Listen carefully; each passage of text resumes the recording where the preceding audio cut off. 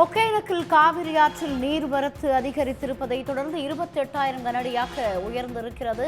கர்நாடக அணைகளிலிருந்து உபரி நீர் வெளியேற்றப்படும் நிலையில் நீர்வரத்து 75,000 கனஅடியாக உயரவும் வாய்ப்பு இருப்பதாக தகவல் வெளியாகியுள்ளது. கர்நாடகா, கேரளாவில் காவிரி நீர்பிடிப்பு பகுதிகளில் கனமழை பெய்து வரும் நிலையில் நீர்வரத்து அதிகரிக்க வாய்ப்பு இருக்கிறது.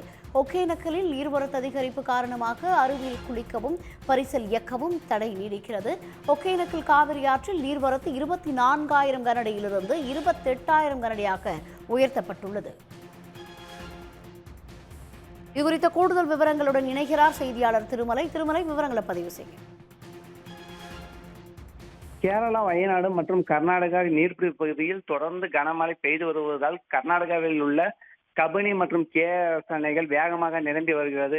இதனால் அணையின் பாதுகாப்பு கருதி கபினி மற்றும் கேஆர்எஸ் அணை ஆகிய 2 அணைகளிலிருந்து தமிழகத்திற்கு வினாடிக்கு இன்று காலை நிலவரப்படி 45,000 கனஅடியாக தண்ணீர் வரத்து திறக்கப்பட்டுள்ளது.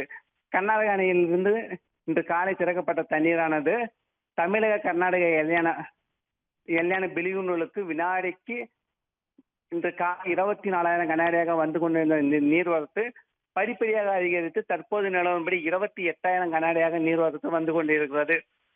அதிக நீர்வரத்தின் காரணமாக ஒகேனக்கலில் உள்ள மெய்நதிவு செல்லும் நடைபாதையும் முற்றிலும் நீரில் மூழ்கியுள்ளது.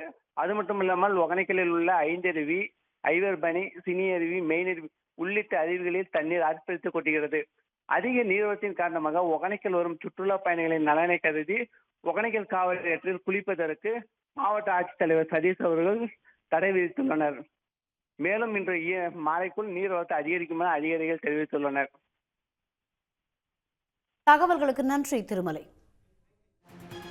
உடனுக்குடன் செய்திகளை தெரிந்து கொள்ள சன் நியூஸ் பெல் ஐகானை கிளிக் பண்ணுங்க.